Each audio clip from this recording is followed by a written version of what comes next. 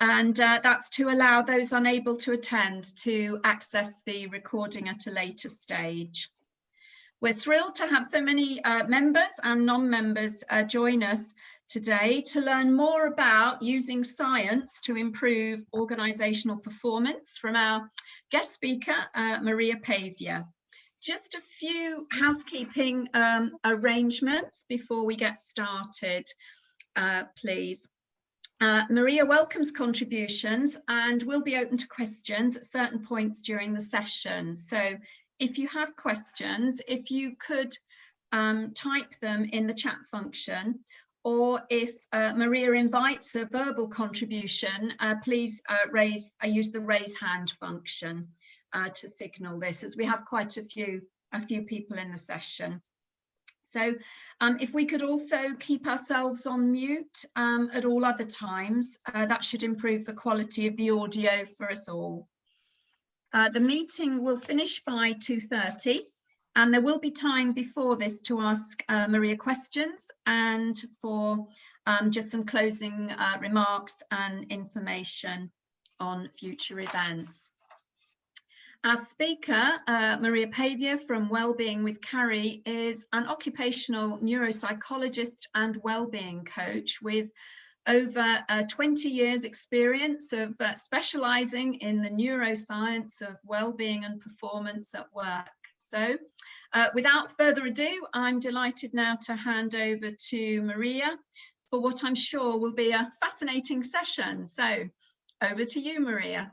Thank you very much, Julie. I'm going to now share my screen. So hello, everybody. I'll share my screen so that we can see my slides. And here we go. So, yes, thank you. Over 20 years. That's a very nice way of saying that I'm very old. So thank you very much, Julie, for your lovely intro. So what we're going to be looking at is how to optimize, make sure I can read it on my screen, how to optimize performance and amplify your well-being initiatives, both now and in the future new normal.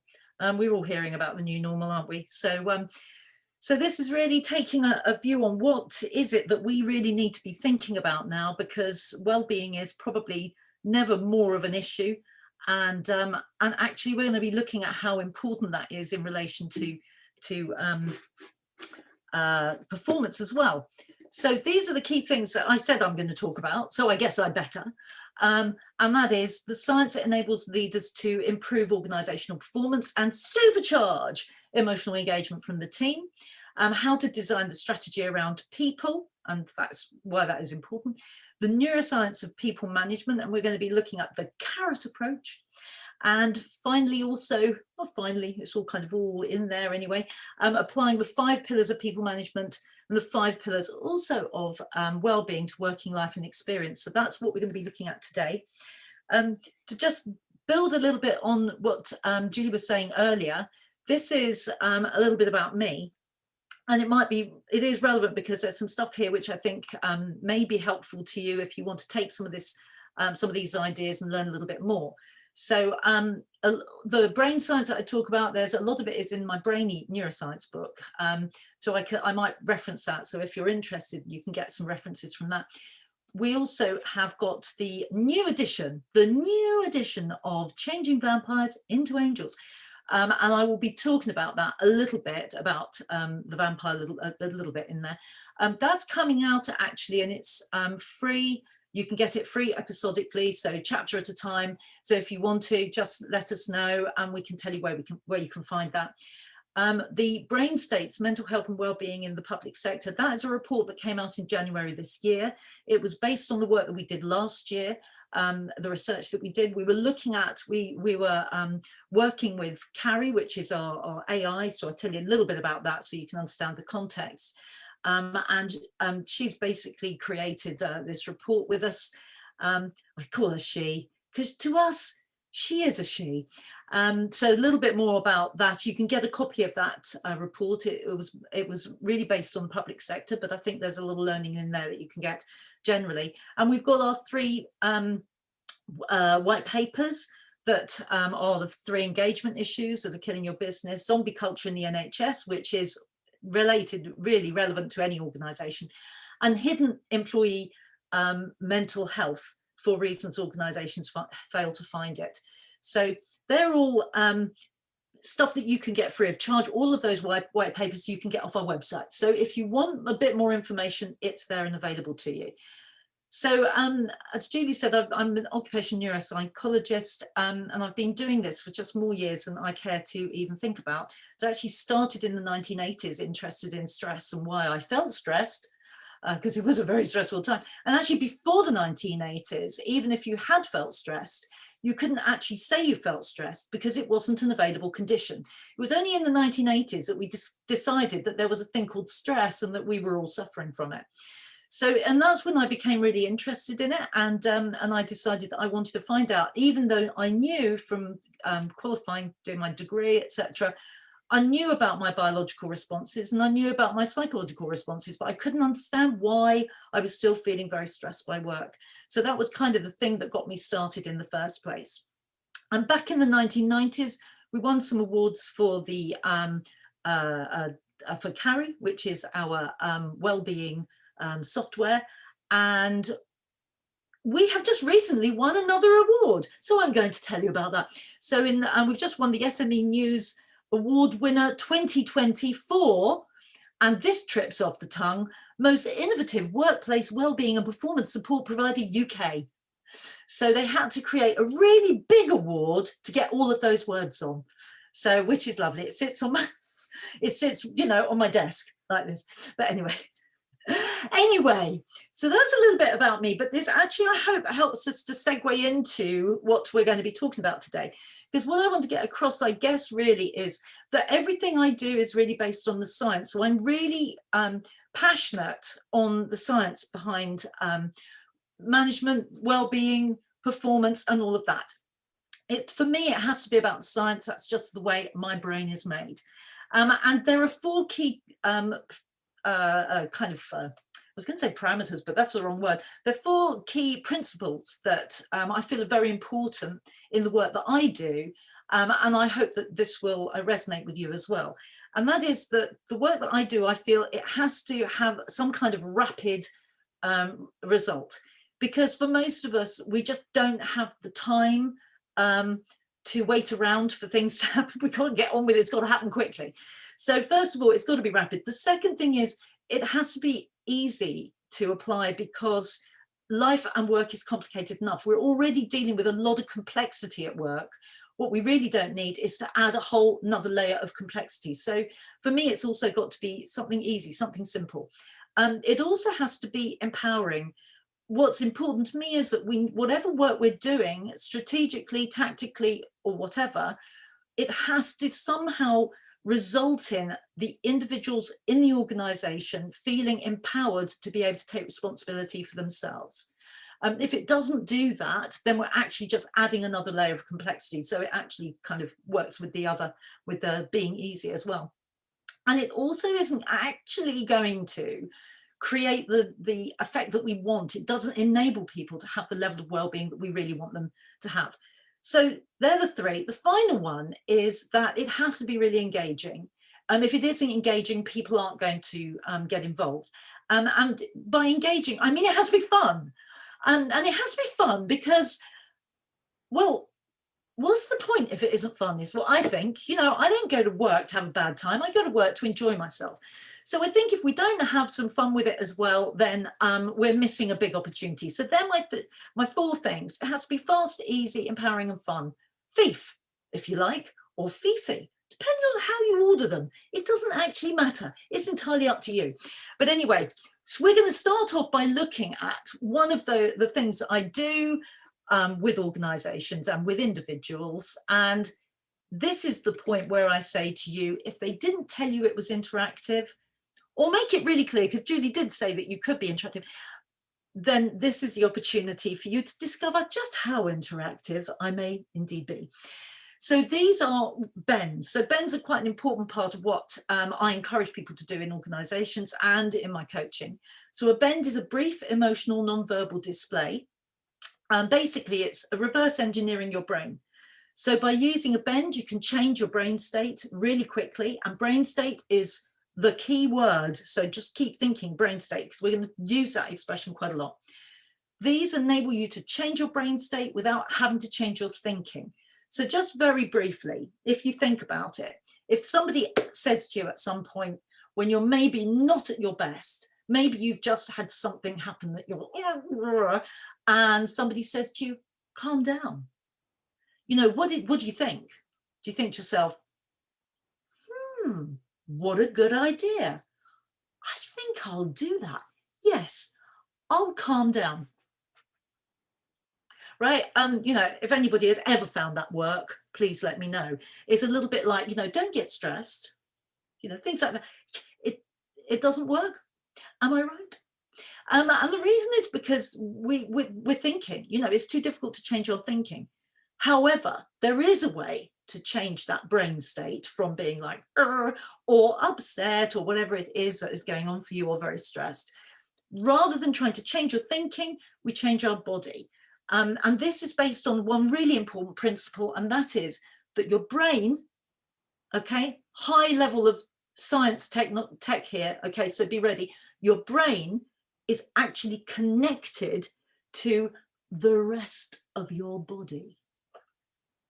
Okay, so if that's the first you've heard of it. But anyway, have a lot of interest and fun talking to GPs about that one, because that's something we have to often, you know, have a little bit of a conversation around, because it's sometimes something they kind of forget. But anyway, we need to remember that our bodies and our brains are connected, and they're constantly communicating. There's communication going on constantly between the two. So what we're going to do, because it's interactive, I'm going to invite you in the same way in which the taxman invites you to pay your taxes. With that same kind of approach, I'm going to invite you to get involved with me and to do a bend in order to open up your capability and open up your learning centers. How does that sound? It sounds great, doesn't it? I know it does, yes. So I'm going to invite you to stand up. I'm going to just tilt my screen so that I can, so I'm going to invite you to push your chair back and stand up just like me right now. And we're going to do a brief emotional non-verbal display. Okay, we're going to do a bend. So what I'm going to ask you to do, put your feet a bit more than a hip's width apart. Okay, we're going to do something a little bit different today. Shake your arms out a little bit so you feel a little bit relaxed with the shoulder. And then take your arms and spread them right out. Now this pose has got a name. It's called the starfish. And it's really good for connecting you to your strengths. I know that might sound odd, but actually, by having your body really open, your brain is capable of connecting into all the things that you're really good at. Now, we're going to just take this a bit further. We're going to, if we want to do this to really reduce the level of stress that we might be feeling, so as well as becoming more stronger, we're going to reduce our stress. Open your arms up, and then without moving your head, but by moving your eyes only, look at your fingers on your right hand, and then your eyes need to do a big arc over the top and look to the fingers on your left hand. So just eyes, not head, and then back again. And then when your arms are getting a bit tired, you can shake them out, and then you can sit down, have a little sit down. There you go, well done. So there's a bend. Now, what's interesting about that is that when you make your body big, it tells your brain, actually there's nothing to be afraid of here, because we are actually programmed, our brains are programmed to be able to survive. That's what they're looking to ensure that we do, to ensure that we survive. So in order to survive, we've got to make sure that whatever the ecology is that we're in, we are able to survive within it. Now, okay, we're not out in the savannah, we're in the office environment, but that doesn't mean that we don't feel threatened. So if we were out on the savannah and we looked across the horizon and we saw all of these wonderful opportunities for us to collect fruits and things like that, but there was a lion on the horizon, all of the opportunity that we see for collecting food would disappear as our focus narrows straight to the threat. think the same thing happens at work. Whatever the threat is, it narrows our field of vision. So we start focusing only on the thing that is threatening. And that actually prevents us from being able to access all of our creativity, all of our capability that we might otherwise access. More on that later. So make your body big. So that's just a little hint and tip for you. If you want to reduce your stress levels, make your body big. You might use a power pose with your hands on your hips. You might open up and do a great big starfish, and using your eye movements helps as well, because when you're checking out your peripheral vision, your brain says, well, we can't possibly be in a state of threat, because if there was a saber-toothed tiger in the room, I wouldn't be looking all around the peripheral. I would be looking straight at it. So it changes the way that your brain processes stress. So that's just a little hint for you. Hopefully that will help you in your day-to-day life. But that just let me segue into a little bit of CARI, because I'm just going to tell you a little bit about the research that we've had from CARI. So CARI is our wellbeing super assistant. So she does neuroscience-based consultations, and those consultations are looking at two things. They're looking at the cognitive, the way we're thinking. They're also looking at the feelings. And I'm not saying emotions exactly, I'm saying the feelings. Feelings are a little bit different. Emotions happen a lot further down the line, actually. They're not the first thing that happens. So if you've been told that they are, then that's mythological. They're not. If you want more on that story, I can, ask some questions later. So if you want to know more about how emotions work, then, put it in the questions. But what I'm just going to focus on a little bit is what we've done with the results that we've had from CARI, because she's able to pull together very, very nuanced insights as a result of the algorithms that we have, that can enable us to look very much more at what's going on in the brains of people who are at work. We've worked on large cohort of people, as I say, in our research. So I'm going to give you some insights from that. So CARI looks at 5 key pillars of wellbeing. Now, these key pillars of wellbeing, we started working on this back in the 1990s. And before the HSE came out with their management standards for stress in the workplace. And I'm glad to say that when they came out, we were waiting, we actually beautifully matched in with them as well. So in fact, we actually went a little bit further. So these 5 pillars of wellbeing are absolutely still throughout, have been completely relevant today as ever they have been. And these are they. So the 5 pillars are support, coping, or sometimes people call it resilience. It's slightly different. I prefer to say coping, but resilience can come in there. Relationships, which is the one that's right in the middle. And that's kind of for a reason. It's very important. It's the one that holds all the rest of it up, really. Role and happiness. They're the 5 key pillars. And if you like the little picture there, that was created by an artist for me. Isn't that nice? I said, can you do me a better picture? I've just drawn it, like scruffily. And my son, Maria Paviour, artist, said, oh, all right then, and gave me that. Look, it's beautiful. But anyway, that's another thing. So they're the 5 pillars of wellbeing that we look at with CARI. And we've been talking about how do we actually find those 5 key people management strategies, and what are those 5 key people management strategies? And you might remember I talked about the CAROT insights, or the CAROT approach. So you might have seen these words before. So CAROT basically is looking at communication, effective leadership, and autonomy, which is kind of those 2 going together, relationships, ownership, and trust. Now, a lot of those words might be things you're like, oh, yeah. I mean, I've heard about, communication. Yeah, here we go again. Leadership, affective, maybe that's a bit different. Relationships, yeah, we know how important they are. Ownership, might know what that is. Trust, yes.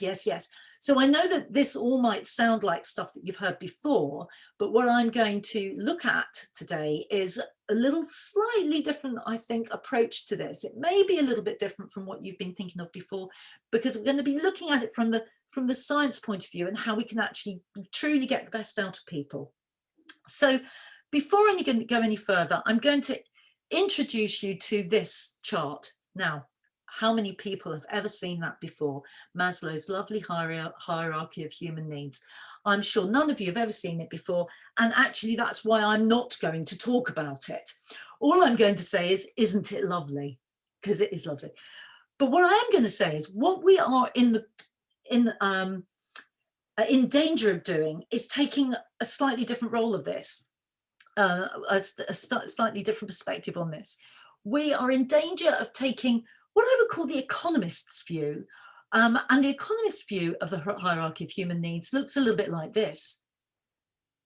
Okay, so, and the problem with this view, and you know, the problem is it actually feeds into everything we do. When we are looking at how we value what is going on in the economy generally, the measure that we use is GDP, gross domestic product. And because we use gross domestic product to measure the effectiveness, the success of the country, that feeds down to everything we do. And we end up measuring everything by money. And the problem is that it doesn't measure the things that we really value. It only measures one thing. It doesn't measure what we really value. And the other thing to bear in mind is economists have never actually really got it right. They've never predicted anything with any degree of accuracy. Just saying, sorry, everybody. And I'm not just going to say that, but if you want to know more, have a look at this guy or this guy, or I've got 100 others. But the truth of the matter is, we tend to put too much weight on what economists say, and we're not looking at human factors. So we end up knowing the cost of everything and the value of nothing, which was Oscar Wilde's definition of a cynic, if you remember. So it's an important thing to think about. So having said that, we do need to look at costs. We do need to think about costs, but I want you to be thinking about that in a broader way rather than just narrowly. And what I thought might be quite a useful thing to do, and I'm going to ask Julie to get a poll going in a minute, is to ask, how much do you think poor mental health and wellbeing is costing your organisation right now per person? It doesn't matter how big your organisation is. Just have a look at those numbers and think, right, per annum, because those are per annum costs, how much is wellbeing costing our organisation? Julie, would you like to launch the poll for me, please? Yay. Let's see what people think.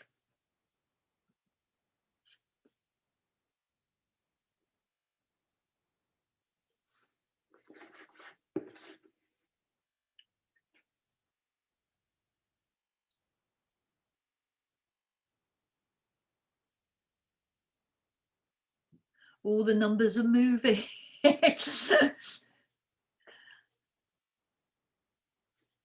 Oh, a few more seconds left to make your final decision.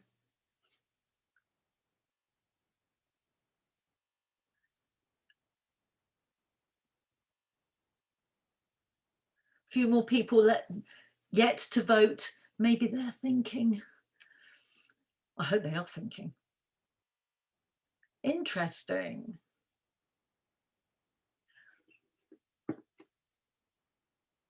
We're giving you loads of time, aren't we?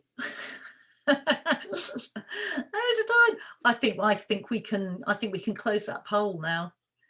And let's see. Do you want to share the results, Julie? Would you like to share?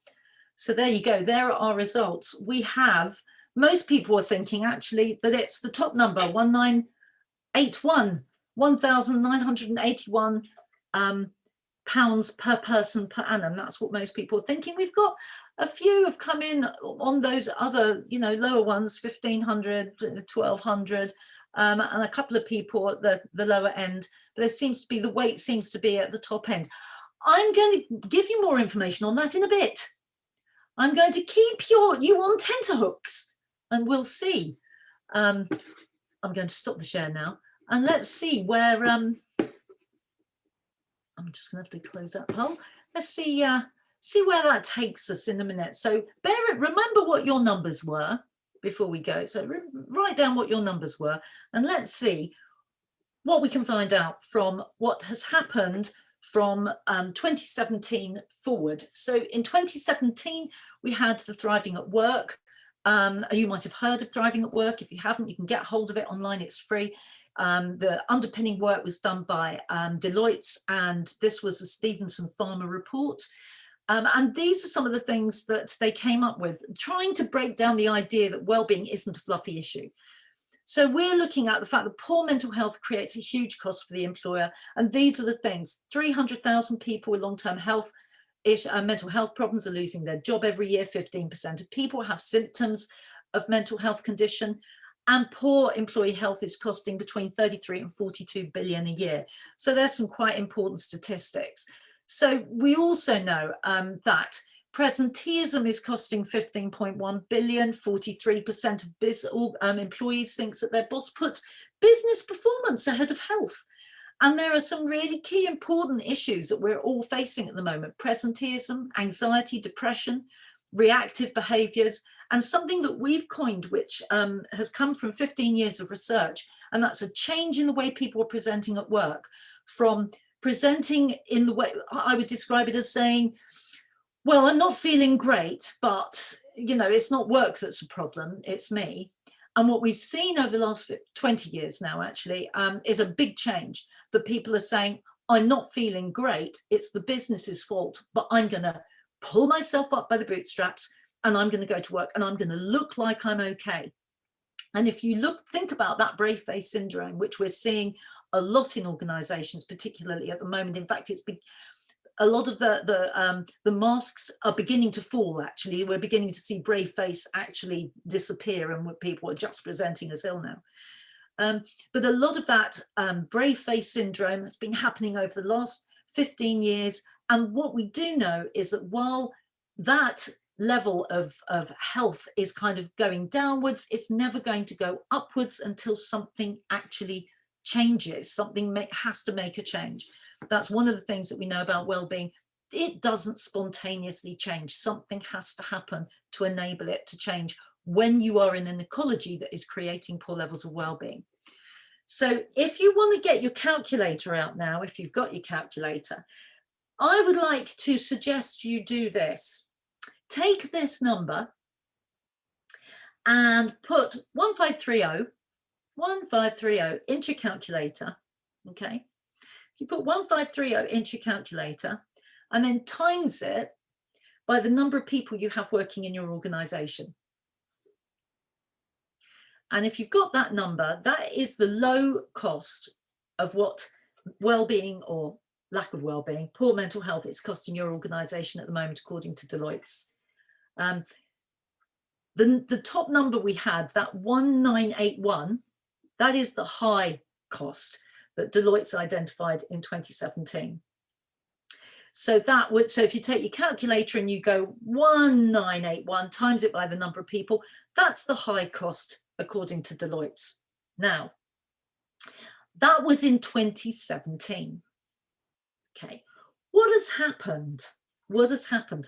We are looking at a 27% increase in the costs of well-being. Phenomenal, actually, isn't it? I mean, I'd like to have a 27% increase in my profits, actually. But let's have a look at them, what is going on. This is what we were looking at, the cost of well-being in 2017. Absenteeism, 8 billion, staff turnover, 8 billion. Presenteeism, that's the one to watch. Watch the presenteeism number, 17 to 26 billion. Let's look at what was happening in 2020. Presenteeism has gone up to 27 to 29 billion. Absenteeism cost has dropped a bit. Staff turnover has gone up, but presenteeism is rising. That is demonstration of brave face syndrome. Fewer people taking time off, more people at work ill. And that's not what we want. And these figures came out in the beginning of 2020. And we have been doing some research last year, and we're now doing some research this year, and we can see this 27% increase in costs. So this is a very serious thing to be thinking about and to be looking at. So therefore, this picture is a little bit of guerrilla gardening, which I think is rather a lovely idea, isn't it? Guerrilla gardening, love that. But so the question is, what is a sustainable business model? What can we do to keep our people healthy, to keep our business healthy, to keep our organization healthy. How do we do it? And what I'm suggesting here is that we design strategy around people, because we have to, because without well-being, there is no organization. The computers can only do so much on their own. So the question is HR the answer? So that's for you to think about and for us to discuss, I guess, because I think for a long time, HR has had to prove its worth. And very often proving your worth in HR means that you have to be the legal strong arm of the organization. And I think for a lot of people, that's putting us in a position where rather than HR being about the well-being and the high levels of performance and the engagement, it's actually becoming more and more about being the disciplinary processes, the litigation processes, the legal side. How many of you, just think to yourself, how many of you in your organization know that people think that when HR get involved in something, it's a bad thing? I don't want HR involved, equals bad, equals I'm in trouble, equals I'm probably going to lose my job. So we need to really think about, what is HR there for? What is it there for? And we need to think as HR professionals, are we prepared to accept that financial picture of us as professionals, or are we looking to be the broader professional that we actually probably entered into this to be in the first place? Is this really just about numbers, or are the numbers related to something much, much deeper, much more important? I've often said, you know, I remember somebody saying to me actually many years ago, accountants keep score, they don't play the game. And I just thought that was really an interesting thing. And I think we have to remember that it's important to keep score, but we also have to be aware that if we're going to play the game really well, we have to think about what is going on that allows people to perform at their best. So for that, I'm going to talk brains. Okay, let's look brains. So this is why how you feel at work really matters. This is not touchy-feely fluffy. This is brain science. So I've got my red brain and my green brain. If you imagine your fist is your brain, if you hold your fist like that and you put your thumb in the inside and put your fist to your head there, that's like a good model of your brain. Okay. Now your prefrontal cortex, this part of your brain at the front, or if you want to, and I suggest you do this, just put your hand on your forehead right now. Just put your hand on your forehead and feel it. Is that feeling warm right now?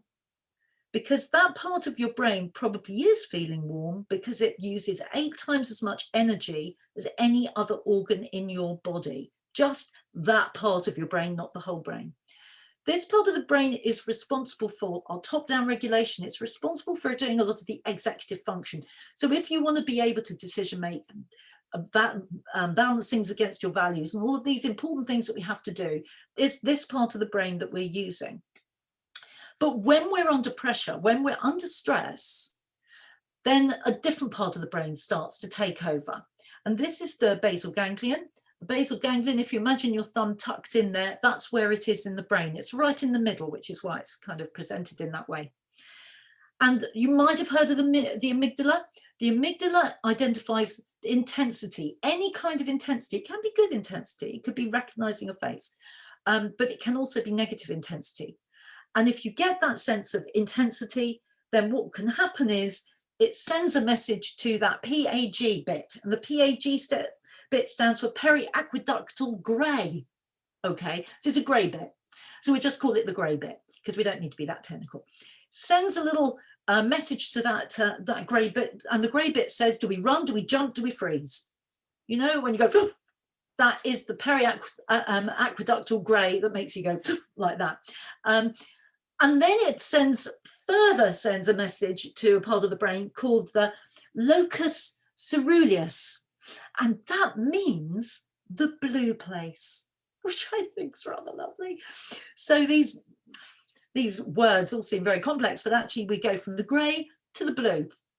And the blue place is the bit that starts generating those hormones that make you start everything happening. You know, the fight and flight and all of that kind of stuff that you've probably heard about. So the amygdala sets it off, and the basal ganglion then takes over and says, what are our habitual responses? Now, those responses are things that we probably set down when we were children. Now, I just want to be really clear that the responses that we use when we're under stress are competencies. And all the time that we fail to acknowledge that they're competencies, we're failing to give acknowledgement and recognition to the fact that people have survived. Their brains are there to enable them to survive. If you are surviving, if you are here now and you have survived, it has worked. So well done you. We need to stop thinking that this is a negative thing. We just need to understand it as a process that can be very supportive to us, and also can sometimes not be the right thing at the right time. So how do I change that? How do I change my state? How do I not feel like that? Now, there's a responsibility that I have to it, but there's also a responsibility that we have to creating an ecology that drives that sort of what I would call threat response. So the green brain is a reward response where I'm feeling like I can really do stuff and I'm feeling safe enough to do that. When things go wrong, when we're under threat, that's when these other reactions happen. They may well keep us, they may well enable us to survive, but some of them are not what we really want. And when I talk about these habitual responses, I often talk about them as our little vampires. If you imagine our little vampire is that part of us, that childlike part of us that reacts. It's reactive. So it might, you probably hear people say things like, oh, he's just thrown his toys out of the pram. You know, that kind of thing. That's the little vampire. Okay, so it's a kind of metaphor for how we might respond to difficult situations. There are 6 very specific ones that I've identified that you'll probably recognise. Which if you want to know more about that, ask me later. But you can't go into now. But anyway, what I do want to say is what happens when we're not using our prefrontal cortex. This bit pre in the front. Frontal, front, is, you know, it is what it says. When we're not using this part of our brain, what happens? How does that affect us? Well, this is what we have identified from our COVID research. So comparing last year with this year, almost exactly the same time of year as well. And what we know is that the brain capability, the score on people's brain capability in 2020 is 57%, and it's been reduced by 1.8% since 2019. Now, 57%, if your computer's capability was 57%, you'd be chucking it in the bin, right? So you'd be getting rid of it. You'd be getting a new one. So we've got people going to work whose brain capability is 57%. It's not good enough. We have to be over 75%. So we're really on a very low score at the moment there. Let's have a look at these key areas then. So how are we scoring on the 4 key things that I like to see that show me that a brain is working? Problem solving. When our brain's functioning, we can problem solve. We're only functioning at 49%. We're 19% lower than we were last year. Decision making, that's another key factor if we're performing well, 64%. Not good enough. Cooperation and teamwork. It's interesting, isn't it? People often don't think that cooperation and teamwork is something that goes when they're stressed. We think, oh, yeah, I know I can't problem solve. I know I can't make decisions, but I'm cooperative. What are you talking about?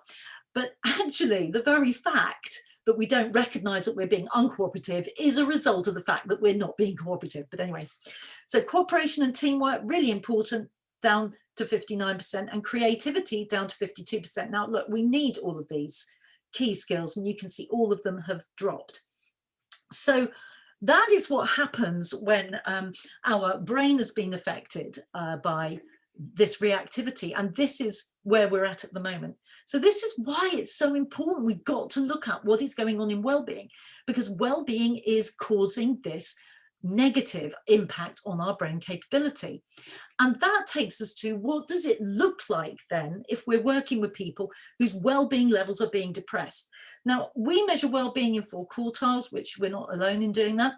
But the top quartile, the healthy quartile, when you've got people functioning at this sort of level, what you would expect to see are normal fluctuations in mood, that people are taking things in their stride, they've got a good sense of humour, their sleep is normal, their behaviour is ethical.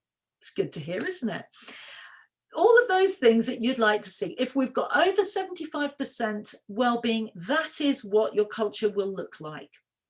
You'll have people feeling relatively confident and enjoying this normal up and down dynamic sort of life. What we're seeing is people moving down into the reactive level. When we're at a reactive level, and you might want to just kind of check in with yourself and say, well, I wonder where I am in this. When we're at a reactive level, we start seeing more nervousness and irritability, maybe a bit of sadness, maybe feeling overwhelmed sometimes, maybe a bit of displaced sarcasm, just saying. We might have a bit of procrastination or forgetfulness. Maybe we're starting to have a bit of difficulty sleeping. Maybe our energy is a bit low. We might even start having nightmares, and maybe occasionally starting to use a bit of alcohol, perhaps where we just have a little glass of wine, makes me feel a little bit better. If we then move a bit further down, we start looking at injured. This is where anxiety becomes a higher level. We start feeling more pervasive sadness. We start finding it really difficult to concentrate. We might see either very low performance or workaholic behaviours. We might start drinking a little bit more, for example. I really think I need to have a drink to settle down because it's been a bad day's work. I need to have a drink today. And then when we move down into the lowest level, when we're looking at ill, this is where we have excessive anxiety, possibly panic attacks, where we can be depressed. We maybe can't perform in our duties. We maybe are having constant fatigue. And that's where we might even find that the alcohol has got beyond the normal. So they're the 4 quartiles. What then is well-being at work? So well-being at work is not this. It's not about being zenned out. So what I want to get you to think about in terms of well-being at work are these 4 brain, I've got to get my slides to move on. These 4 brain systems, well, 5 brain systems actually, 4 brain systems plus 1. So if we really want people to perform at work, we don't want them just zenned out, like the little doggy in the middle, beautifully restorative. That's great. We need to be able to restore. Of course we do. We need to recharge our batteries. But at work, that's not what I'm talking about. I'm not talking about everybody walking around, floating on a cloud. What I'm talking about is being capable of changing your brain state according to what you need to be in the moment. And this is something we can all do. And it's also something that we can enable ourselves to do with the bends that I was telling you about earlier. So these are the 4 key brain systems plus 1, as I say, that we have. And we could actually do a little poll in a minute, Julie, I think, just to see what people think might be their preferred one.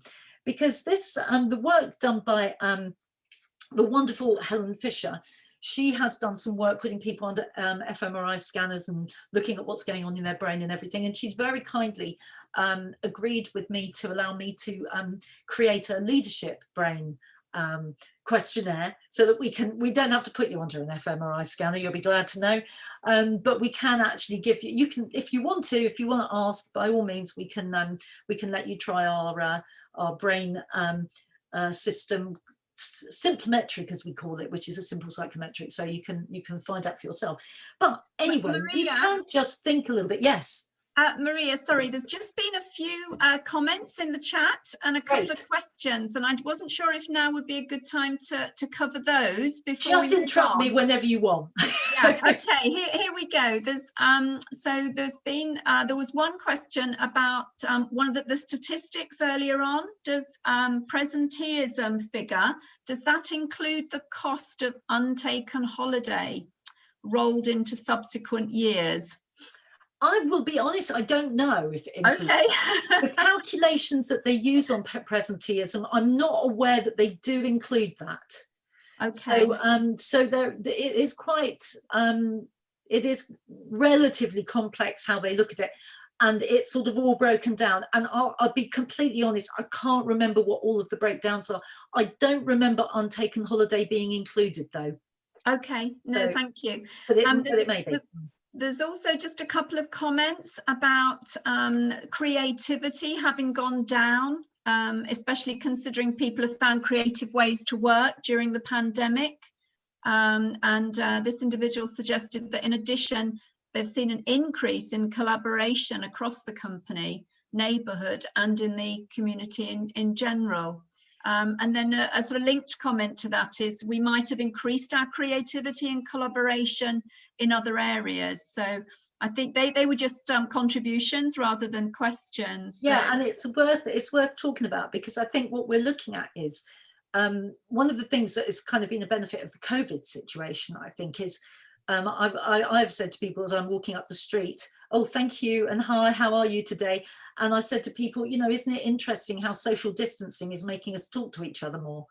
And the fact that we all have to be in our own houses, we're actually finding more opportunities to sort of wave through the window at our neighbours and to engage, and that's actually a really positive thing. It's interesting because we tend to think of stress as being a fight and flight, right? So, you know, I don't know if that's your view, but most people think stress, fight or flight. And I want to rebrand that, because fight or flight is actually, they're both competencies, but they sound very negative. You're either running away or you're hiding, you know, and neither, well, no, that's the same thing. You're either running away or you're having a, you know, or you're getting all pugnacious. And actually, I would rather think of it as being positively energized, because there's a tiny change you can make to your brain chemistry that takes you from being either fight or flight into a different way of dealing with stress.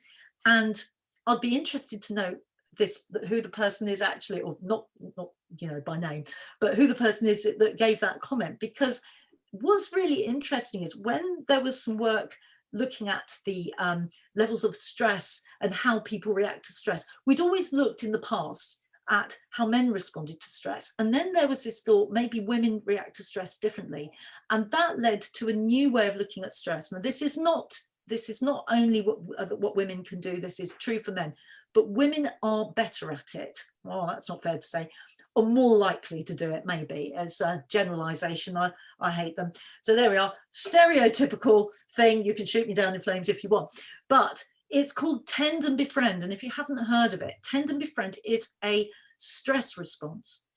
And this sounds like what we have been doing under COVID, which is when we're under a huge amount of stress, some people's immediate reaction is to tend and befriend. And it comes from this kind of archaic notion that, and I think this is why I'm more for women, is that women tend to be the ones that are likely to be pregnant. Well, they don't tend to be. I think that's just a biological thing. They tend to be pregnant or nursing babies or looking after young children. So if we go archaically, think Stone Age man and Stone Age woman, if there was a threat to you in your homestead, then how are you going to protect the next generation? How are you going to protect your DNA? So the best way to do it is to gather together. So to befriend other people. So the people that were back at the homestead would likely to be the children, the nursing mothers, the pregnant mothers, and the old people. So those would be the people that, if you're going to survive that attack from that saber-toothed tiger, that erroneous saber-toothed tiger that didn't exist at that time anyway, but if you were going to survive, you had to befriend each other, you had to get together. And the important thing you had to do is tend the next generation, tend the ones that couldn't care for themselves. Now, you think about it in terms of COVID, that's a lot of what has been going on. The stress response has actually brought up this idea of we must work together and look after each other. We have to look after the ones that can't. We've got to be there for each other. That is a fantastic competency. All of this is called, everything is a competency. Just remember, everything is a competency. And that particular competency, that tend and befriend competency that we are seeing, there's a reason for it. And it's a lovely segue, Julie, if I may, to what I've got on my chart here. It's a beautiful segue, because the first one I want to talk about is connection. So the brain chemistry of connection is oxytocin. So if you have oxytocin, it makes you connect. Those two women there are demonstrating typical oxytocin connection. 12 inches eye to eye. It increases the amount of oxytocin in my body. Oxytocin is a stress response, believe it or not. So we get it when we're not feeling stressed, and we have a lovely hug. That's nice. but it also is a stress hormone. It drives us to tend and befriend. So when we're feeling stressed, this thing like, oh, I must go and talk to my friend and have a coffee, or go down the pub and have a chat to them and have that connection. And when I do, I feel better because I've connected. That's oxytocin. Now, I'm going to very briefly, because I know I've got some time limit, but very briefly to tell you what happens when you have a burst of oxytocin. Your blood vessels go from constricted, stress, push up the blood pressure, move the blood around quickly. It actually opens up the blood vessels. So you then end up not having the negatives of high blood pressure. You've got all the positives of the buzz, which we get from the hormones that are making us go, go, go, go. And at the same time, with that connection, that sense of connection, that ability to connect to other people, you have that opened up blood vessels, which make it healthy. So we go from negative, oh my gosh, to, yeah, come on, let's do it. So I think what your people are talking about is actually the tend and befriend response. And it's very, very relevant. And if we can get that happening, stress can be removed from our lives to some degree. So it's a really positive example of how we can very, very simply change that negative threat response to a more positive, empowering, and actually healthy response by connecting. So that's the oxytocin, that's the brain chemistry, oxytocin of connection. And you can do it through Zoom, by the way. You can do it through Zoom. So don't think that, that stops it happening. It still does happen. In fact, I haven't got my dog here at the moment. You can do it by looking into the eyes of your dog and you can get some oxytocin. So, so if you're like me, I've got a dog like that white one. And if you hold the dog's head, I love you, which I do. I mean, I'm doing it this morning and I'm not proud. But when you do that, you get a burst of oxytocin. I'll just give you a little extra insight here. So does the dog, by the way. They've measured it. The dogs get it too. Jury's out on cats, just saying. So anyway, don't know about them. So that's oxytocin. Then looking at, if we move over to the other side, so that was a really great question. And thank you, Julie, whoever that person was. Perfect. I'm going to move over to the next chemical, brain chemical. Did you have any other questions that you wanted to raise at that point, or? I can't hear you. Yeah, sorry. Yeah, there was just one other question. There's comments which are coming in, which is great, but there was another question, which was, where would you place burnout in the quartiles? Is it ill? Was the question. Burnout is, yeah, when you're at burnout, you would imagine that that's where you're going to be, because that is the description of it. So damaged is when we're moving into burnout. When we're actually at burnout, the true sense of burnout, that's when you would be in that red quartile. I'll show you a little bit more on that in a minute as well, actually. Thank you. So we can see what is actually happening in organisations right now, which I hope you'll find interesting. So that little white dog, which is a Bichon like my lovely Alfie, this is about energized activity, because we're talking here about what is well-being at work. So well-being at work isn't necessarily not having any of that kind of drive. It's actually, you need that. That's part of well-being. And energized activity, this is a dopamine response. This is our ability to be able to go, come on, let's get on with it, let's do it. It's also really important when we go, yeah, well done, yay, woo, all of that good stuff. It makes you feel great. Dopamine is that. Well, people don't like me saying this, so I'm just going to say it anyway. But what happens is when you do something that makes you feel good, you get a little squirt of dopamine into your pleasure center. All right. I'm only telling you the science. All right. So there's literally a part of your brain called the pleasure center, which is nucleus accumbens, and you get a little squirt of dopamine into it, and it makes you go, oh, that felt nice. And I'll tell you, when you get that a lot, is when you eat a bit of chocolate. So it gives you, chocolate is very good for dopamine, but anything that kind of makes you feel kind of good, like going for a run can give you a spurt of dopamine. And in fact, if you feel like a spurt of dopamine, we'll do a quick bend. Are you ready for a quick bend? Do you fancy a quick bend? You know you do. Right, okay, jump up quickly. Just jump, because I don't have a lot of time, so you have to do this super quick. this is how you can get a spurt of dopamine. Okay, there are two things that you can do. One is any movement that is vertical, vertical, horizontal, horizontal. When you mix and do with a little bit of do a little bit like a dance, that automatically creates more dopamine in your system. So you can just do a little dance and enjoy it. So it will change the way you're feeling. Now, another thing you can do to get dopamine is take your hand, put it up in the air, close it into a fist and bring it down. And then do the other one. Close it in and bring it down. And then do it with a bit of welly. Oh, and then you can add a vocalization and go, yes, yes, yes. And I suggest if you want to give yourself a reward for not eating the chocolate cake in the fridge, when you go to the chocolate cake, rather than getting the chocolate cake, get the carrot, big on carrots as you'll see in a minute, get the carrot, eat the carrot. The dopamine will give you, the chocolate cake will give you dopamine. The carrot won't give you dopamine, so eat the carrot and go, yes, yes, yes, me, I'm great. And you will get the dopamine. And then the next time you look at the carrot, you'll go, oh yeah, I'll have that. Because it encourages your brain to do more of the same. Whenever you get a burst of dopamine, it says do more of the same. So anyway, I can't go into loads on this, unfortunately, but dopamine is an important brain chemical at work, energized activity. The next one we've got is focus. Now, earlier we were talking about this, putting your hands on your hips and doing a power pose, right? This increases the amount of, testosterone. Testosterone is really good for focus, analytical thinking, really kind of being able to pull everything apart, think about it, focus on your targets, get there. Really helpful when you need that. You don't always need that, but there are times when really clear focus is important. So that brain chemical is one that you could bring up just by getting into a power pose and spending 2 minutes here.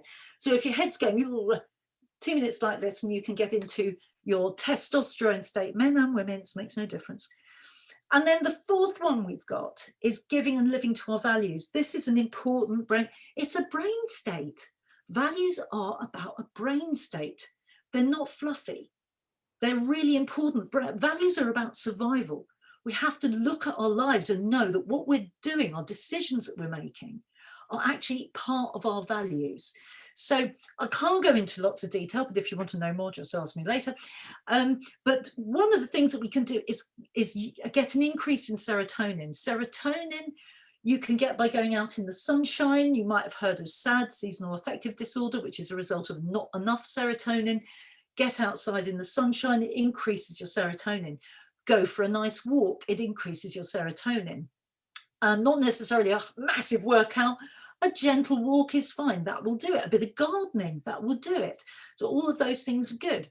And this kind of brain state actually not only bizarrely I suppose, enables us to connect into our values, but it's actually really, really positive in enabling us to be effective and create good value relationships with people around us.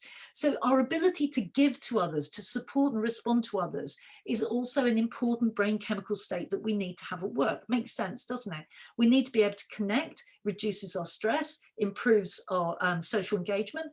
We need to have energized activity because we've got to achieve those goals and enjoy the process, for goodness sake.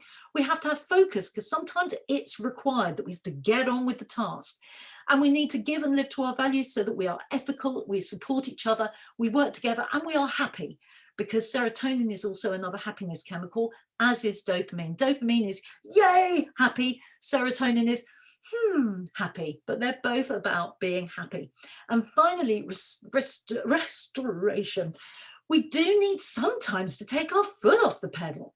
And we need to be able to occasionally say, right, the time is now for me to be able to sit down, put my feet up and be restorative. And at work, lunchtimes they are developed for that reason. That's what they're there for. Lunchtimes and coffee times are to take our foot off the gas and also to make connections with other people. So very quickly, because I've just got, otherwise I'm not going to get through it all. Very quickly, This is what it looks like in terms of those 4 brain quartiles. 2019, we had 32% of people at work being healthy enough to be at work. What a shocking statistic I thought it was. And 46% of people in that reactive state. And what we've seen is more people have become, that's my dog barking, sorry, more people have become reactive. Less people are healthy, but many more people who were reactive have now become damaged. So you can see how the number of people who are at damaged state is actually much bigger. And although ill is still only 3%, that's 3 times what it was. So it is very significant. So we really do need to be thinking about not only what's happening to wellbeing at work, but how COVID is affecting people. And I just want you to think about it like this. This is how I look at it. If you're in the green, you're the Porsche, right? You're rocking and rolling. When you move into the yellow, it's like you've got people having to push you along. You know, the car's not working. You wouldn't run a car of 46%. It can't. It wouldn't work. And once we get into the ill, you know, we're basically broken down. So damaged or ill. So we need to be thinking a bit differently. People, we need to think, I know it's bizarre, but we need to think of them more like machines. Because if they're not over 75%, if our computers weren't at 75% plus, well, we'd be quick, get in the engineers straight away. It wouldn't even be a question, would there? But our people are working at way less than 75%. So this is a massively important issue that we need to deal with quickly. The way that we deal with it is to be like a dog on a skateboard. Okay, it's a metaphor, but I like the picture. But it's actually about making sure we're delivering the right thing at the right time in the right way. Because in order to deal with these different levels of well-being, we have to respond to what people need in the moment. People that are in very robust levels of well-being, you can give them your whole range of resources and they will choose what is right for them and they will use it. But when people become reactive, the last thing they want is a whole range of resources because they've got enough going on in their heads. What they probably most likely need is some human contact, maybe say in a group where they can share their ideas and say, oh, you feel like that too? Yeah, me too. Oh, right. Oh, I'm not alone. So at the reactive level, working in groups can actually be very effective. So if you've got some workshop initiatives or things, they would be the people that will really benefit from those. But once you're moving into damaged, a workshop is the last thing that will work. You bring somebody into a workshop that is in a damaged state, and that person will feel like they're the only person in the world that doesn't get why everybody else is having a good time, and that they will feel worse when they leave it than when they entered. So when you've got people at a damaged level, you should be having a one-to-one. So this is where we need to have the right thing at the right way at the right time in terms of looking after people's well-being. But we also need to think really importantly about what does this mean to us as an organisation strategically. So this is what the impact on culture has been between 2019 and 2020. In more detail on this, I'm happy to provide, and you can see that the words in there relate to some of the papers I've written, so you can always pick up a paper. But what we're looking at is, in 2019, we were looking at a culture that was moved into this vampire culture where people are reactive. Let's just keep it simple at this moment. But again, any questions, please feel free to ask questions. 2020, we're seeing it moving towards a zombie culture. Zombie culture is where we're starting to shut down entirely. So a vampire culture, we're hyper aroused. We're like, oh my gosh, that kind of thing. A zombie culture is when we just want to go underneath the duvet. I can't deal with this anymore. It's too much. And that's the way cultures are moving. We've got to do something about this. It's important. So this is why we need to have a look at a sustainable business model, and what better than a carrot? Okay. I've already mentioned carrots once today, so here I am again. And the CAROT model is these 5 things. And as I say, I was talking about this earlier: communication, effective leadership, relationships and recognition, ownership and trust. I'm going to go through these quite quickly with you, just so that you can see what I mean about each of them, to just plant the carrot seed.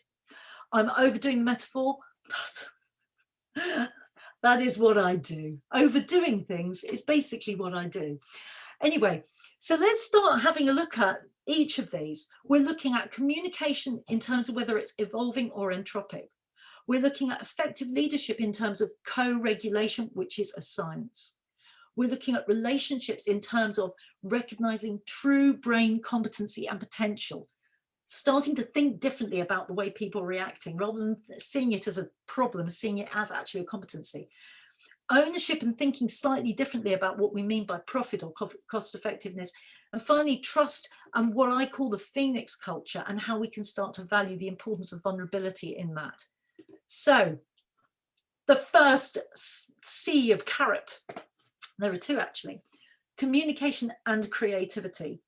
So communication, we talk about that a lot, but this we're talking about the sort of communication that evolves to respond to the ecology and the needs of the individual. And I talk about ecology as work ecology. We are animals living in an environment. It doesn't matter that it's a man-made environment, it is still an environment, and we are still responding to that environment through our bodies, through our brains, through our body chemistry. We need to be remembering that at all times.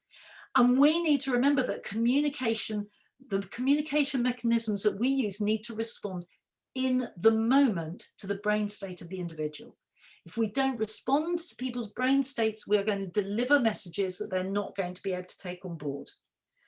So if we're really going to create a culture that is going to enable us to grow, it needs to be an evolving culture.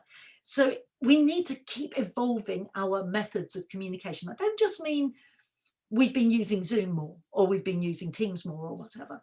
I'm talking about what we say, how we work, how we listen, how we receive information. All of that has got to be something that we're looking at evolving all the time. When we do the same thing and we repeat it and we get a worsening result, we end up with a state of disorder. So we start changing to a state of disorder, and that's another way of looking at it is what Einstein said, wasn't it? Which is definition of madness, doing the same thing and expecting a different result. It's the same thing really in there. So when we're looking at communication and creativity, we need to remember that the environment that we're in is constantly changing, as in this, where we've got in this picture, we've got all of the ashes, and the plant is growing out of the ashes. Excuse me a minute, I've got a dog. Come in. Dog knocking at the door. Sorry about that little segue. So here we're seeing the plant growing out of the ashes. That's what we've got to be thinking. We are constantly in a different ecology. So therefore, how are we going to communicate now? Not just more of the same, but different, responsive, thinking. What are the well-being levels? How do I communicate to people at those different levels? How do I alter my communication to respond to the need that people have in this moment? So that's the first bit. The second bit is affective leadership. So not effective, because effective happens second. Affective, my emotions affect you, your emotions affect me. This is all to do with the science of co-regulation. How I'm feeling, my body chemistry, and the effects of my body chemistry from what I'm feeling has an immediate effect on you. Have you ever walked into a room and thought to yourself, what's going on in here? Whoa, there's something really going on, so I don't know what it is. And if you've ever had that experience, that's co-regulation, okay? And if you're good at that, then that's well done. Because some people are very good at it.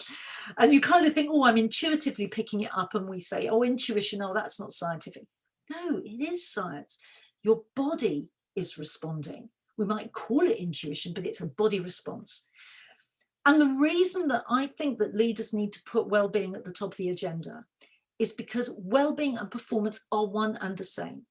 They are not separate. To be well, we need to perform. To be able to perform, we need to be well. It's the same thing. So these key things, considerations are: one, know more about the science of co-regulation, find out more about it and how you can use it to benefit you and your people at work, and to improve the way we communicate and improve the way we have meetings. And two, leading by listening. So affective leadership is, I know my emotions affect you, your emotions affect me, so therefore I must find out what's going on for you, because I might not even realize that my reactions are going to be driven by the way you're responding to me, just as much as mine are going to be driving you. So listening is really important, and enabling autonomy. When we really understand where people are coming from, we really experience that. And it sounds a little bit touchy-feely, but in a way it is, but it is still science. There is still a science behind what is going on for me, and recognizing my feelings and being able to share that with you, because then I can then share and discover how we are co-regulating each other. So if I'm picking up on something, I'm feeling a little bit odd, what's going on for you? I might actually discover that I'm really worried about that particular thing and I hadn't told anyone. So if we're going to enable autonomy, we need to be working from that effective leadership position. There's a lot more on effective leadership, but I haven't got time for it now. The next one is the R of CAROT, which is relationships and recognition. So I've talked about this already. Recognize everything as a brain competency. The way you are reacting is competent. The way people are responding is a competency. It might not be what we want right now, but that doesn't mean it isn't a competency. We need to be thinking about how we get different brain states so that we can use those different brain competencies that we have. Social engagement is fundamentally important for our health, and it's fundamentally important for our performance as well. If we want to perform well, we need to be able to be socially engaged. Social engagement changes our brain chemistry, and it allows us to rise to the challenge. Connection, as I've said earlier, after that wonderful question or comment, it reduces stress. So it's important to think about how we connect. And then ownership. Ownership is a state of mind. So that's how I want you to think about it. Money isn't enough. It isn't enough to think about money. People don't come to work for money. As long as there's enough on the table, that's what they need. There's got to be enough on the table. If there's enough on the table, that's not where they come to work. Because if it was, why are we seeing people coming to work when they're not fit to come to work? They're coming to work because they're committed, because they believe in what they're doing. And I see that so much in my work. I see so many amazing people doing fantastic work, and they're not at their full fitness because they really believe in it and they want to do a good job. And it upsets me when I hear things happening in the NHS, for example, when I hear, and I get a bit activated about this one, when I hear people saying things like nurses need to be taught how to care again. So no, nurses don't need to be taught how to care. Nurses know how to care. Nurses need to be able to work outside that level of stress and threat. If we can remove that by providing the support, we probably won't need to worry about teaching them how to care. So, and this is true for all of our people. Once we're pushing them into a threat state where all that matters is the numbers and the targets, which may be meaningless. If they're meaningful, it's different. If it's really meaningful, it's different. But if it's a meaningless target, like how many people can I get through in an hour, is different from how much can I make a difference to somebody's life. That's a meaningful target. Then we can actually see those blinkers being removed. So sustainable brains means moving away from this sense of being indentured to the role, and also about managing brain budget. That part of the brain that I was telling you about right in the middle, this part of the brain manages our energy throughout the entire brain, the entire body. It tells the body where to have different, well, tells the brain where to send different chemicals. So if we want our body to be functioning, this part of the brain has got to be sending the right energy to the right places. We can manage our own body budgets. We need to understand how. So it's an important part of how we work with people, is to start telling everybody about how they can get into the right brain state. And also keeping humanity safe and sound. I mean, I'm going to put that in there, and I don't care. You know, we need to be looking at a wellbeing economy, and I'm just going to give you a little bit about that. If you don't know about a wellbeing economy, find out about the Wellbeing Economy Alliance. I'm a member of this. It's a massive collaboration of global organisations and governments. So please join the movement. This is about making sure that we make the world a safe and just place for everyone. Very briefly, just to give you, this is Kate Raworth. If you haven't heard of Donut Economics, get a copy of the book, or at very least, go and check her out on YouTube and watch some of her films. This is her talking about thinking like a 21st century economist, I can't even say it. And I've put this slide in there so I can always distribute this to you. I'm not going to talk about it particularly, but just so that it's something that you can go back to refer to, which is thinking differently about this ownership and about money in organisations. Let's think more about being in a safe and just place for humanity. So we've got a social foundation that is satisfying to us, where we've got a voice, where we've got equity, where we've got gender equality, where we've got care. And on the outside of that, we've got to bear in mind that we have to live within an ecological ceiling. Makes sense, doesn't it? So it's a whole holistic picture of well-being that the Wellbeing Economy Alliance are looking at, and that I am encouraging you to find out more about if you don't already. So let's just go to the last one then of my CAROT 5, and my 5 insights, and this is trust. Trust, actually, I like to see this as part of what I call the Phoenix culture. So what I say is, when you know how to identify, reach and respond to your people's changing well-being needs, and you take action to create safety, and that's the key, this is when you have a Phoenix culture. You have to have a safe place for people to exist. If I come to work and I don't feel safe, then I'm not going to have the courage to be able to say, I think somebody's done something wrong, or I've done something wrong, or I don't know how to do that. And we need that level of vulnerability, because all of those things are vulnerable. Without that level of vulnerability, we don't have the capability to be able to say, can I just hold up this to everybody and say, I think that we're doing wrong here. And we need that. And that's when we can lose our ethics. So to create a Phoenix culture, which happens to be a truly resilient culture, because it is compassionate. It says, it's okay when you get it wrong. We're not going to judge you when you get it wrong. We talk about that, but do we do it? You know, the question is, do we actually do it?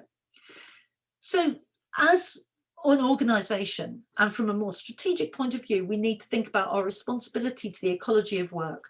And the things that we need to ensure that are happening in the ecology of work are that it is safe, that it is safe to be at work, that it is certain, that I understand that I don't feel like I'm in a state of uncertainty, okay? So uncertainty creates stress and can lead us into getting into a state of hyperarousal. And if it is uncertain, which it will be sometimes, we need to acknowledge it and protect against it. So for example, 2 dogs play fighting. It's safe because there is a contract between the 2 dogs that there is going to be bite restraint and neither of them is going to hurt the other, right? But at the same time, it is uncertain, and that's what makes it fun. At work, we can do the same. If we keep safety, you are safe, and sometimes it's going to be uncertain. I must protect against you being damaged by any uncertainty, but uncertainty can make it fun, can make it engaging, can make us get energized and excited about it. So that's okay, but we need to make sure we're protecting that. And it needs to be fair and seen to be fair. So that's what we have to do to create the right ecology, in simple terms. We have a responsibility to the individual as well. We have a responsibility to connection. Without social connection, without social engagement, we don't get the capability to be able to do any of the things that we're trying to develop in our ecology. We need those 3 AMP things: autonomy, mastery, purpose. You might have seen that in Dan Pink's work, so it's a good thing to refer to. If you don't know Dan Pink, look at Drive.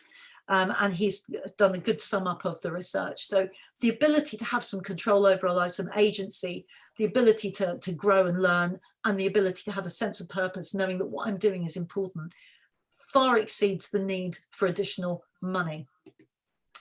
So what happens if we don't use a sustainable business model? We then get a threat culture. And it just so happens that the acronym I'm using here is STICK, carrot and stick. It's just like it's also perfectly set up, isn't it? It's like I'd thought about it. So what happens if we actually end up with a stick culture? Right, so this is where I have to say laissez-faire is not good enough. Laissez-faire isn't good enough. If you have a sick culture, this is where you're failing to deal with hidden mental health, hidden disability. You're not listening. you've got to make sure you'll have a listening culture. So it's important to know what is going on in your culture. Tyranny being rewarded. Well, you know, when you've got meaningless targets and you're driving people towards them and your managements are succeeding, then that is rewarding tyrannical behavior potentially. So if tyrannical behavior is succeeding in achieving targets, it's going to ultimately cause a problem for the individuals that are trying to deal with those targets. It's going to reduce their well-being. You're going to get less and less performance, diminishing returns. Impunity for the psychopaths, as I like to say. So we can end up allowing psychopathic behavior to prosper. So that, in other words, wrongdoing is brushed under the carpet. Well, we succeeded, let's not talk about it. Well, we got there, so let's forget about the fact. It's not a good idea, and things can get moved in sideways rather than dealt with. Corruption and turning a blind eye, whether it be to tax fraud or whether it be to poor HR practices or whatever it might be, or fiddling your expenses, only £5. You know, all of those things are what start to happen when we're under a threat culture, because we close in and we lose our ability to connect to our values. And my last one, knavishness, which is brilliant because it's a K. And who knew that there was a K that would be perfect for this? But knavishness, in other words, trickery, dishonesty, unscrupulous behavior, you know, abuse of trial labour. We see that sometimes, don't we? Or abuse of interns, or altering a commission structure. That's kind of on the strategic side, or moving people sideways rather than actually dealing with their negative behaviours because we don't want to go there. Or at worst, we've got racism, misogyny, and homophobia. So what I'm going to suggest to you is that CAROT helps us see our way out of that dark place. And we all need our 5 a day. Here they are, and here they are. So this relates, each of these things I've been talking about, pulls them together. I know it's a whistle stop, but it pulls these ideas together. And it is a whistle stop, but do you know, I think these ideas are things that you can develop and use. You don't need loads of, you know, consultancy to be able to figure out this stuff. This is stuff you probably can apply yourselves quite easily. I'm very happy to provide any support or advice if you need that. But the key things we want to look at in wellbeing are that people feel supported, that they feel they can cope, that their relationships are really strong and positive, that they feel positive about their role, that they feel engaged in it, and that they are experiencing happiness at work. Really important. To do that, we need to make sure communication is evolving to deal with the individual, that our leadership is actually responding to how people are feeling in the moment, that the relationships are massive. They are 6 times more important than any other factor in well-being. If you've got good relationships, nearly everything else doesn't matter. Everything else doesn't matter. You've really got to focus on the relationships. Ownership, where we can start to allow people to feel part of what we're doing, you will get much more well-being and therefore performance. And when we've got positive levels of trust, then we also have positive levels of happiness. Down the side, I've put the brain systems just to prove that it's all science. Support communication is an oxytocin system. It's also, I've got their parasympathetic nervous system. We need to have that downtime. Coping and resilience is very much an oxytocin serotonin process. Relationships function best when we are at our socially engaged, when we are at a lower level, when our parasympathetic nervous system is working. That means we're not stressed. And when we're not stressed and we're socially engaged, lots of good stuff happens. We need to have that happening for us so that we can build connections and relationships. To be good in our role, we maybe need to have some testosterone to focus and some dopamine to really get going. And to build that happiness and trust, remember serotonin is the values brain chemical. So trust and happiness go together because serotonin is for trust and it's for happiness. There you go. So it's like it's all intended. It all fits together.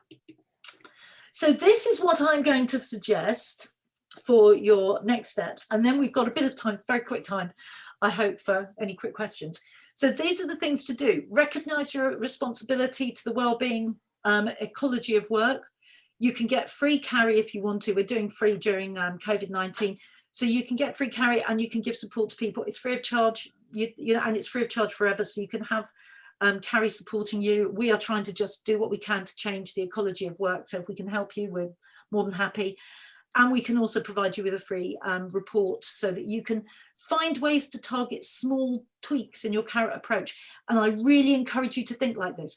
Changing culture is not a big deal that involves 100 consultants coming around with clipboards. It's tiny, tiny tweaks you can make, and especially if you start from strategic level, that will actually make huge differences. And goodness knows we need to do this, it's vital.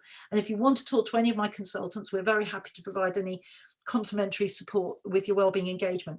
So that's just at the end. And the final one, I haven't clicked on it, to say, finally, here's to better living and working.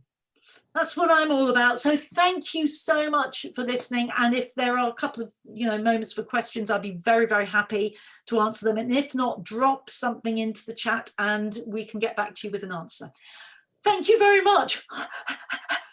I'm buffed out now. Thank you, Julie. Thank you very much. I was just going to pick up a couple of questions from the chat, which I didn't like to interrupt you earlier. We had a question about could you confirm where the COVID data originated from for the percentage brain capability and reduction from last year to this? Yeah, so we've been working with organisations during the COVID period. And the data that we've got from that, which is anonymized data, and it's been all aggregated, that's where we've got that COVID data from. So in 2019, we're comparing the results from 2019. 2019, we did our big piece of research, and we've used that data for the 2019 data. And then we've used CARI again through the summer, and that's literally hot off the press. Because we can see real-time data from CARI. So that's where we've got that data from. Thank you. The others, they're just comments and contributions, which participants have just sort of put their thoughts in as you've gone along. So fabulous. I don't think there's any actual extra questions. So I'll stop there.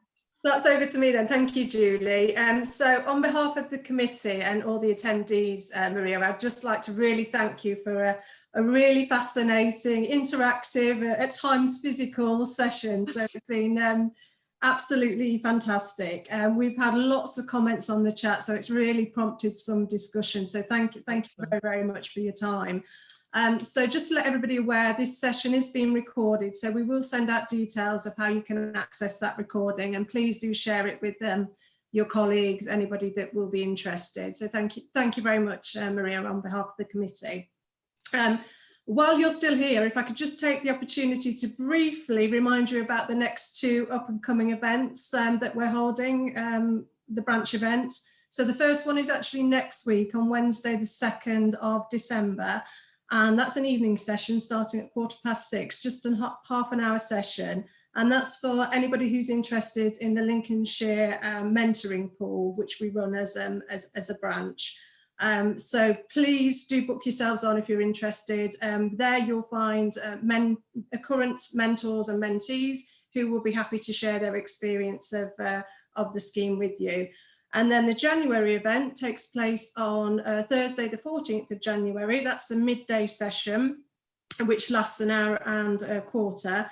And that's a roundtable discussion. And the questions that we're addressing are what, so what, and what next? So really, it's a reflective, interactive session, an opportunity for you to share your experiences over the last year or so, and help us as a committee then inform the future events that will hopefully support you. So please do put yourselves on either through the CIPD branch newsletter link, or just visit the branch page on the CIPD committee website. There you'll be able to put yourself on to those events. And it just leaves me to thank everybody for attending this session and for contributing as well. I know there's been lots of comments, so thank you very much, everybody, and again to Maria, and have a great rest of the day. Thank you.